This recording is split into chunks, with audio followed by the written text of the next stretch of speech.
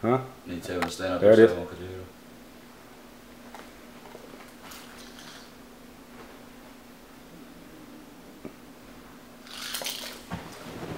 Okay, guys, I can go up there.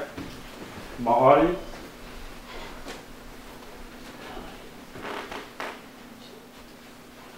Okay, thank you, audience.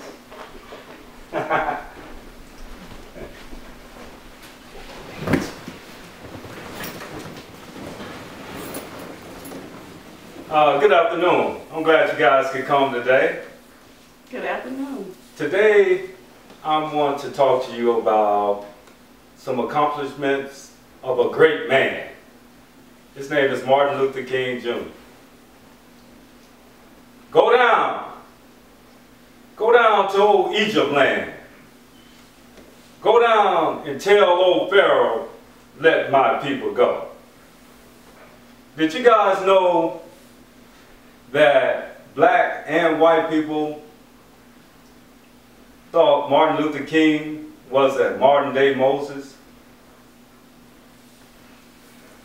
Have you ever been denied entry into a restaurant because of the color of your skin? No. Have you ever been told not to play with another kid because of the color of his skin? No. Have you ever been told to get up from a seat in front of a bus and someone told you that it was reserved for a white person? No. Well, I tell you, when I was in junior high school, I was called the N-word. Back in 1982, when I was in the United States Army, I was called the N-word by another soldier, which was my roommate. So, I'm telling you from what I know and what I've seen. Dr. Martin Luther King Jr. was elected president of the MIA. The MIA is called the Montgomery Improvement Association. This association was organized because of the mistreatment, and name calling, and disrespect to the people in Montgomery, Alabama, while they was attempting to ride on a bus. And I don't know if you ever heard of Rosa Parks. She did not get up from that seat. So, Dr. Martin Luther King and his ground crew marched for this reason. And the only thing they wanted was courtesy treatment to the passengers. They wanted to have predominantly black bus drivers drive in black neighborhoods on their routes. And also, they wanted that people are treated equal. Martin Luther King made this happen. Because of him and his ground crew, they overturned the old segregation laws, which are better known as the Jim Crow laws. Not only that, Martin Luther King Jr., he was an author. He was the author of the letter from Birmingham jail.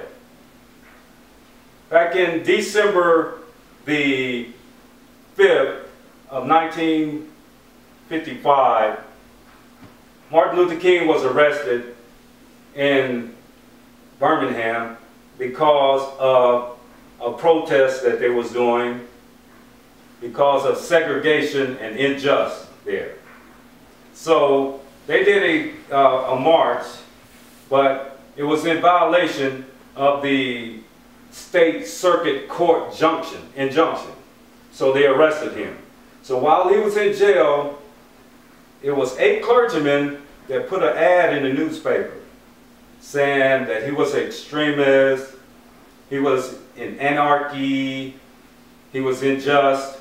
So Dr. Martin Luther King responded to that with a 28-page letter telling these clergymen, who were clergymen from all religions of great faiths here in our nation, he told them that he was asked to come there because he was part of the Southern Christian Leadership Coalition. Okay, so he told them he was there for that reason. And not only that, he was there because injustice was there. He was there because people was being mistreated because of the color of their skin.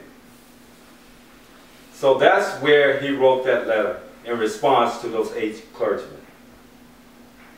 The movements were not over then.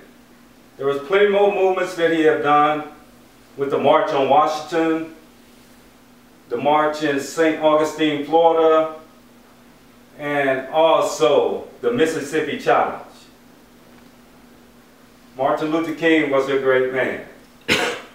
And after that, all of those movements and after all the exhaustion of the activities that he and his ground crew participated in, he decided to check himself into a hospital to get some rest and get an updated physical.